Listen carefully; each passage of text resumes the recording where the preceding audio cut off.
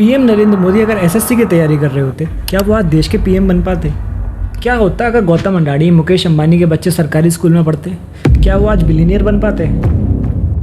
और अगर सक्सेस पाने का एकमात्र रास्ता आईआईटी या यूपीएससी क्रैक करने से निकलता है, तो क्यों मुकेश अंबानी ने अपने तीनों बच्चों को आईआईटी क्रैक करने को नहीं बोला, हर इंडियन पेरेंट्स की तरह? Elon Musk, founder of Tesla, SpaceX does rock. There's no need even to have a college degree at all. Mark Zuckerberg, founder of Facebook, Jobs, and he told me इन सब का ये मानना है कि degree किसी काम की नहीं है जब तक आपको स्किल नहीं आती है। सर रतन टाटा, नारायण मूर्ति, अजीम प्रेमजी, इन तीनों बिजनेस लीजेंड ने एक ही बात कही, Indian education system need complete transformation. पर क्यों? आज हम वो सच्चाई दिखाएंगे जिसे हर यंगस्टर फेस करता है अपने कॉलेज टाइम पर, बट वो न्यूज़ चैनल पर नहीं दिखाई जाती। आप थोड़ा हिस्ट्री में जाके देखेंगे तो आप जानते होंगे, एक टाइम था जब पूरे विश्व में भारत को विश्व गुरु कहा जाता था। भारत का डंका बजता था। यूरोप जैसे देश में तब इंसान बस्तियां बसा रहे थे झोपड़पट्टियों में रहकर।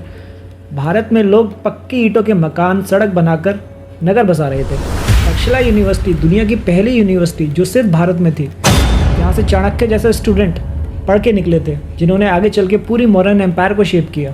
फिर नालंदा यूनिवर्सिटी, जहाँ 30 से ज़्यादा कंट्रीज से लोग पढ़ने आते थे। यहाँ की लाइब्रेरीज इतनी बड़ी थी, इनमें इतनी किताबें थीं, जब खिलजी ने इन्हें जलाया तो 3 महीने तक यहाँ की आग का धुआं देखा जा सकता था। स्किल वर्सेस डिग्री का मतलब तब वहाँ समझ आता था। तब एजुकेशन का मतलब था knowledge, character building and life skills. Result, Bharat contribute करता था 25% ऑफ वर्ल्ड जीडीपी में।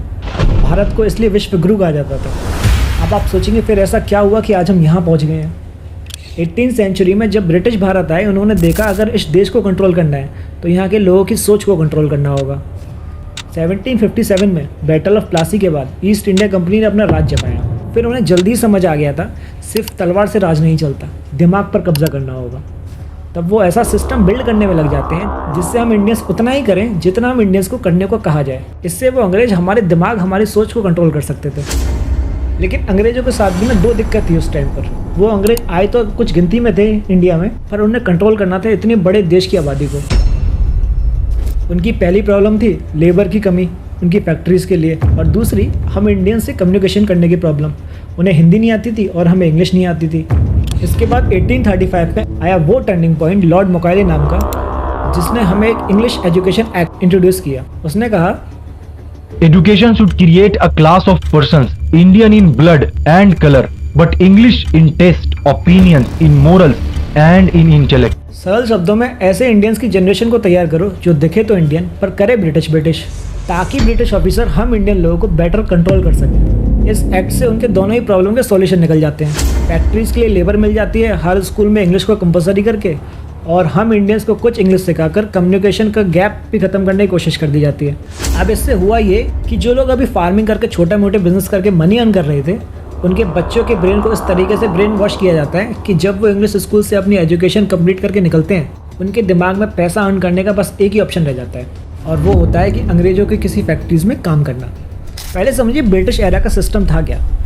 एक तो क्लर्क्स की फैक्ट्री, इसका मेन उद्देश्य था ऐसे लोग तैयार करना जो ब्रिटिश राज के लिए काम कर सकें। इससे हर साल हज़ारों Indian clerks east India company के लिए तैयार होते थे। रोड लर्निंग पर इतना जोर दिया जाता था कि क्रिएटिविटी को डिस्करेज किया जाता था। बस रटो और एग्ज़ाम पास करो, और रोड लर्निंग प्रोसेस। मतलब कहा गया कुछ सवाल मत करो, कुछ और एक्स्ट्रा मत सोचो। मतलब हम इंडियंस की सोचने की क्रिएटिविटी को जड़ से ख़त्म करना उनका फोकस रहा। इंडियन नॉलेज को प्रिमिटिव लेवल दे दिया गया। हमारे हज़ारों साल पुराने ज्ञान को अनसाइंटिफिक कह दिया गया ताकि हम उनके ज्ञान पर भरोसा कर सकें। इंग्लिश मीडियम एजुकेशन को प्रायोरिटी दी गई। लोकल लैंग्वेज को डिस्करेज किया गया, इंग्लिश को सुपीरियर दिखाया गया, हिंदी और संस्कृत को इग्नोर किया गया। रिजल्ट ये था कि हमारे ब्रेन वॉश इस कदर हो गए थे कि हम भी इंग्लिश को रट्टा मारने में लग गए थे, ये सोचकर कि हम भी अंग्रेज़ों की तरह इंग्लिश बोला करेंगे तो उनकी तरह दिखा करेंगे, उनकी तरह कपड़े पहनेंगे तो उनकी तरह रहेंगे। इम्पैक्ट ये है कि आज भी हम इंग्लिश मीडियम स्कूल को ही बेटर मानते हैं, इंग्लिश बोलने को एक क्लास समझते हैं। तब उन्होंने एग्ज़ाम सेंटर का अप्रोच ये किया कि प्रैक्टिकल स्किल की जगह रिटन एग्ज़ाम पर फोकस किया। वो लेकिन यहाँ किया, अपने यहाँ नहीं किया, इंडिया में कर दिया। लेगेसी चलती आई है कि आज भी हमारे यहाँ 3 घंटे के थ्योरी के एग्ज़ाम से फ्यूचर डिसाइड करते हैं स्टूडेंट का। इस सिस्टम का सबसे बड़ा सक्सेस था इंडियन सिविल सर्विसेज, यूपीएससी। ऐसे इंडियंस तैयार किए गए जो अपने ही लोगों पर ब्रिटिश के लिए राज करें। सोचो कितनी आयरनी रही होगी ना। जो सिस्टम हमें गुलाम बनाने के लिए डिज़ाइन किया गया, आज हम उसी को बेस्ट एजुकेशन मानते हैं। 1947 में हम आज़ाद हुए, पर क्या आप जानते हैं हमारा एजुकेशन सिस्टम आज़ाद नहीं हुआ। हम आज भी उसी मुकाबले के सिस्टम में फंसे हुए हैं, बस थोड़ी सी इंडियन की कोटिंग के साथ में। एक इंडियन फैमिली की रियल स्टोरी सुनिए। 1988 में रमेश एक ब्राइट स्टूडेंट था। उसके पिताजी ने एक सपना देखा कि मेरा बेटा आईएएस बनेगा, जैसे हर बाप देखता है। पर रमेश चाहता था साइंटिस्ट बनना। रिजल्ट, रमेश ने अपने पैशन को दबा दिया। अपने पेरेंट्स के प्रेशर में आके आईएएस की तैयारी करने लगा। जहाँ उसका मन था साइंस पढ़ने का, वो हिस्ट्री की किताबों को रट्टा मारने लगा। पर रिजल्ट ये हुआ कि ना आईएएस बन पाया ना साइंटिस्ट। आज 70 साल का रमेश कहता है काश मैं अपने दिल के सुनता उस टाइम। आपके भी घर में कितनी बार आपने सुना होगा बेटा पढ़ाई करो जॉब मिल जाएगी, पर क्या आपने कभी सोचा है कि सिर्फ डिग्री से काम चल जाएगा, यह स्किल से जॉब मिलेगी। अब थोड़ा फास्ट फॉरवर्ड करते हैं 2020 में। रमेश का बेटा सुरेश, उसने सोचा मैं इंजीनियरिंग करूँगा, 4 साल की पढ़ाई और फिर जॉब।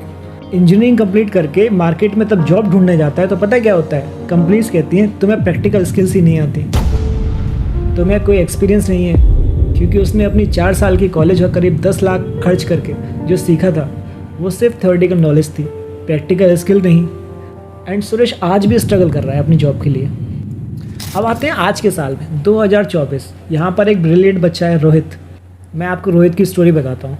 ये भी टॉपर था 10th तक, अब 11th में आया है। सुबह 5 बजे उठता है, स्कूल जाता है, दोपहर में 2-3 बजे स्कूल से आता है, ट्यूशन जाता है 2-3 सब्जेक्ट के, और 9-10 बजे तक घर वापस आता है। घर आकर होमवर्क करता है, रात के 1 बजे सोता है। ना खेलने का टाइम, ना फैमिली टाइम, ना हॉबीज़, ना कुछ, बस पढ़ाई पढ़ाई और पढ़ाई। पर रिजल्ट पता है क्या है? आज जब रोहित से मिलते हैं, जो टॉपर था वो डिप्रेशन और एंजाइटी से जूझ रहा है, क्योंकि सिस्टम ने उसकी क्रिएटिविटी और प्रैक्टिकल स्किल को इग्नोर किया है और रट्टा मारने पर फोकस किया है। बट ये किसी को दिखता नहीं है। हर साल हज़ारों स्टूडेंट पेरेंटल प्रेशर के कारण आईआईटी, एम्स, यूपीएससी की प्रिपरेशन करते हैं। आपको ना एक डेटा दिखाता हूँ, आप ना लेटेस्ट डेटा देखिए। हर घंटे एक स्टूडेंट सुसाइड करता है। 75% ग्रेजुएट इस देश में अनएम्प्लॉयबल हैं, जॉब के लिए है ही नहीं।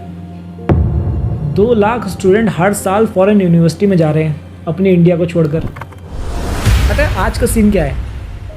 कोचिंग इंडस्ट्री 10,000 करोड़ का बिजनेस कर रही है इसी एजुकेशन सिस्टम का फ़ायदा उठाकर। पेरेंट्स का प्रेशर रहता है बेटा आईआईटी क्रैक करो, यूपीएससी क्रैक करो। जॉब की अनसर्टेनिटी है, डिग्री है पर मार्केट की नीड के अकॉर्डिंग स्किल नहीं है। हार्वर्ड यूनिवर्सिटी के लेटेस्ट रिसर्च पेपर में क्लियरली लिखा है क्रिएटिविटी और प्रॉब्लम सॉल्विंग स्किल के लिए प्रैक्टिकल लर्निंग ज़रूरी है। पर हमारे यहाँ क्या हो रहा है? 6 साल का बच्चा 6-6 घंटे स्कूल में बैठा रहता है। 10th क्लास का स्टूडेंट 14-14 घंटे पढ़ाई करता रहता है। कोई प्रैक्टिकल नॉलेज नहीं, सिर्फ थ्योरेटिकल कॉन्सेप्ट रटता रहता है। 21वीं सेंचुरी में जब दुनिया एआई और डेटा साइंस को अडॉप्ट कर रही है, हम वही पुराने अभी भी टिक्नोमेट्री और केमिकल इक्वेशन रटवा रहे हैं सरकारी स्कूल्स में। पुरानी हिस्ट्री की मोटी मोटी किताब को रात रात भर रट रहे हैं। ये सब डेटा तो नेट पे इजीली अवेलेबल है, आप एआई से कभी भी देख सकते हैं। उसे हम बिना बात के रात रात भर रट रहे हैं। स्किल को सीखने की जगह हमारा फोकस रहता है कि रट्टा मार लो। फिर लोग कहते हैं कि मार्केट में जॉब नहीं है। मैंने ना अपने करीबी 5 HR से बात करी। उनका कहना है 75% ग्रेजुएट को बेसिक प्रैक्टिकल स्किल ही नहीं आती प्रॉब्लम सॉल्व करने की। बस सबको थ्योरीज रटी हुई हैं स्कूल कॉलेजेस की, कोई प्रैक्टिकल नॉलेज नहीं। और ज़्यादातर ग्रेजुएट्स का यही हाल है। एक स्टूडेंट 10 लाख रुपए खर्च करके 4 साल में डिग्री ले लेता है, बट मार्केट में जो जॉब के लिए स्किल की नीड है, वो स्किल सीखने के लिए उसे बाद में किसी कोचिंग इंस्टीट्यूट में जाना पड़ता है। डिग्री लेने के बाद वो 2 लाख रुपए और खर्च करता है और अपनी 1 साल और इन्वेस्ट करता है, तब जाके वो मार्केट में जॉब के लिए एलिजिबल होता है स्किल सीखने के बाद। और अगर कोई सिर्फ डिग्री के भरोसे बैठा रहता है, वो घर पर बस बैठा ही रहता है, पुराने सब्जेक्ट को रट्टा मारता रह जाता है। एक इंटरेस्टिंग बात जो शुरू में कही थी, मुकेश अंबानी के तीनों बच्चे आकाश, ईशा और अनंत फॉरेन यूनिवर्सिटी में पढ़ते हैं। सोचो दुनिया का 8th रिचेस्ट पर्सन अपने बच्चों को IIT या एम्स क्यों नहीं भेजता? क्योंकि उन्हें पता है एजुकेशन सिर्फ डिग्री नहीं होती, रोड लर्निंग नहीं होती।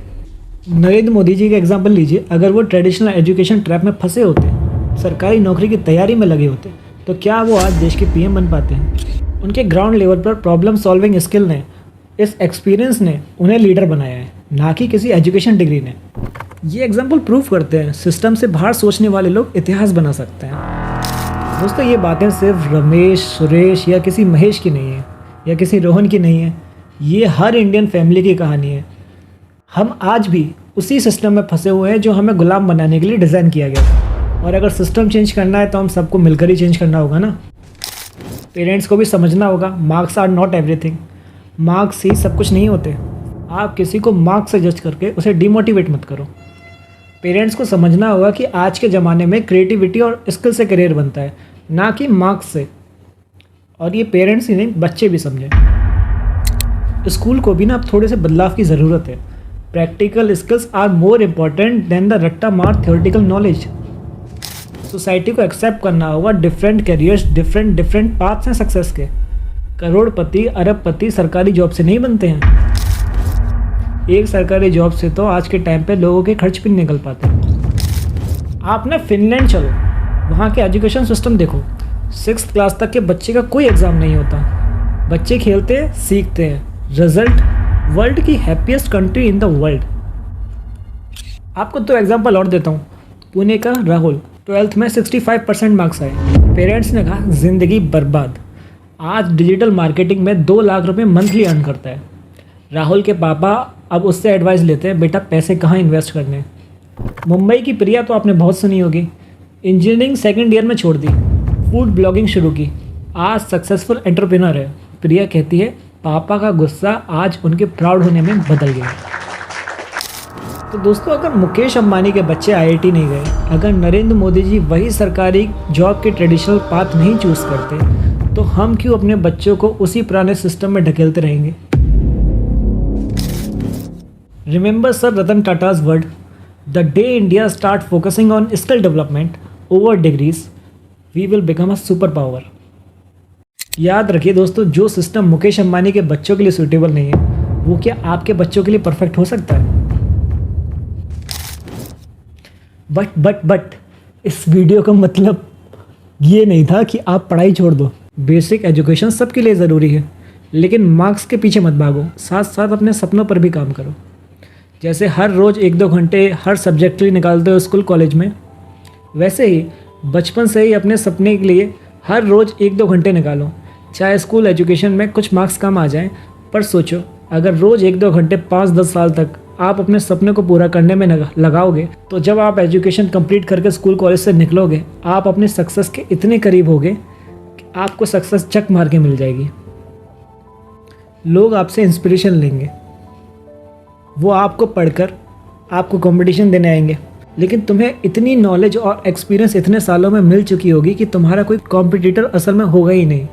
तुम सबसे आगे होगे और लोग तुम्हारी कहानी पढ़कर इंस्पिरेशन लेते रहेंगे, पर उनके पास सिर्फ थ्योरी होगी और तुम्हारे पास 10 साल की मेहनत का रियल वर्ल्ड एक्सपीरियंस और स्किल। वो तुम्हें कंपटीशन देने आएंगे, लेकिन तुम आसमान में होगे और वो सिर्फ ज़मीन पे रह जाएंगे, क्योंकि उन्हें थ्योरी की नॉलेज होगी।